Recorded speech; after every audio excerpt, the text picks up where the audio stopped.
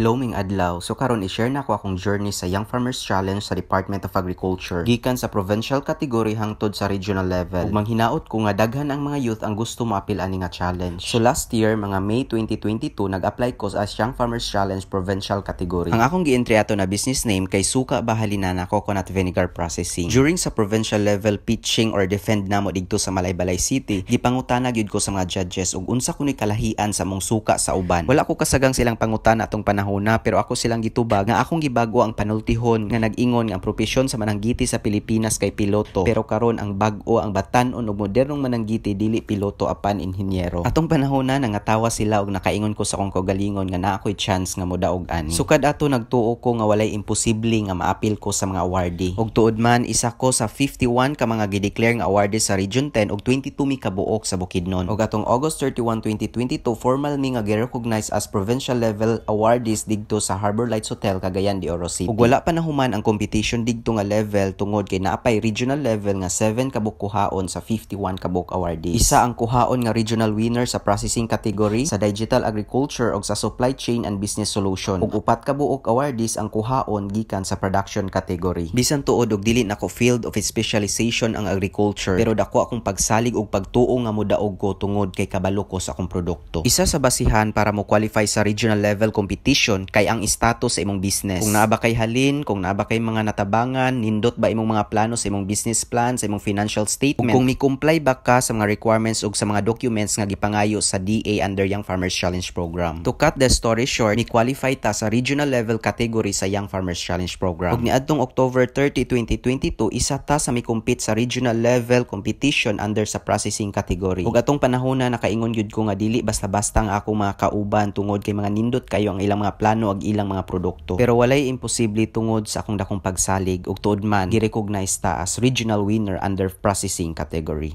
For the national level competition and the regional level awardee is Mr.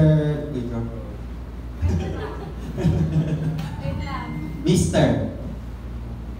Johnny Ray G. Salinana of Suka Bahalinana Pagkabilang Bukidnon.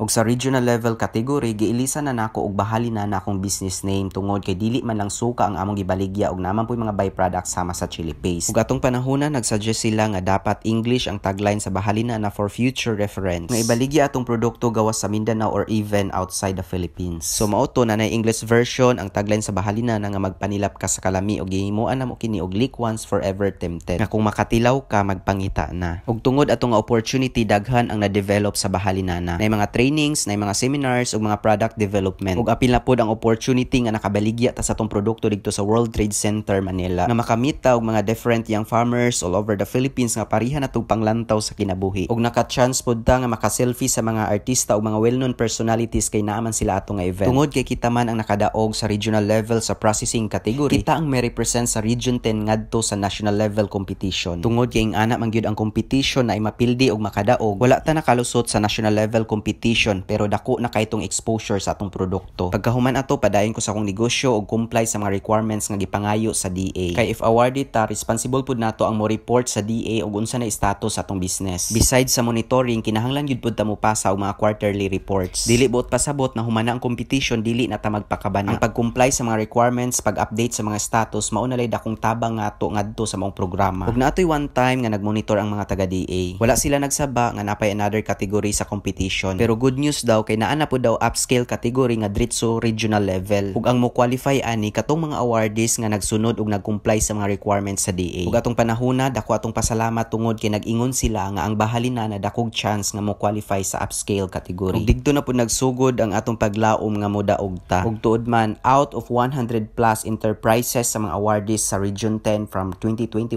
to 2022, isa ta sa unom nga napili nga mo qualify sa upscale category. Ug sa kana palang daan makaingon ko nga dako na kayong garbo ug pasalamat nga naapil ta sa unom out of 100 plus nga mga awardees. So mao to mi-comply ta sa mga requirements sa upscale category ug isa na ani ang business plan nga mura na gyud kag maghimo og libro. Kay ang ako mga kauban ani dili na gyud basta-basta mga pinili na sa tanang pinili. Ug sa amo ang unom tulo ang kuhaon nga recognized as regional winner. Ug dako atong kalipay tungod kay 50% atong chance nga makadaog. Bisan tuod og bisita sa construction industry pero dili kini babag para mo padayon ta sa atong mga nasugdan nga plano para sa Bahalinana. So mao to atong September 27, 2023, mga 1 year gikan sa tong pagkadaog, milaban ta para sa upscale category. Dala ang dakong pangandoy og para sa kaayuhan sa mga mag-uuma og mananggiti sa kadingilan. Ang batan-ong mananggiti mibiyahe gikan sa kadingilan paingon sa Cagayan at nagbabaka sakaling maiba ang pananaw ng karamihan sa mababang antas ng lipunan ang pagiging isang magsasaka at mananggiti. Balon sa tong pagbiyahe ang pangandoy nga mahimong number 1 coconut plant-based vinegar sa Region 10 ang Bahalinana og recognized competitive brand nationwide and even exporting coconut vinegar in the near future. Ug sa amo ang unom, upat ra ang mitunga og miapil sa pitching. To cut the story short, nakaluy-an nga naapil ta sa tulo nga nakadaog. Ug ang Bahalinana ang nag-inusarang 2022 awardee sa Region 10 nga nakadaog sa upscale category. Ug dako atong pasalamat sa kahitas-an nga gihimot ang ehemplo nga makatabang sa ubang nanginahanglan. Daghan patang mga pangandoy sa Bahalinana pero dili ni mahimo kung wala mo. Daghang salamat sa tanang klase sa pagsuporta, pagsalig ug pagtuo. Someday somehow Bahalinana will make a well-known brand in the Philippines and even outside the country.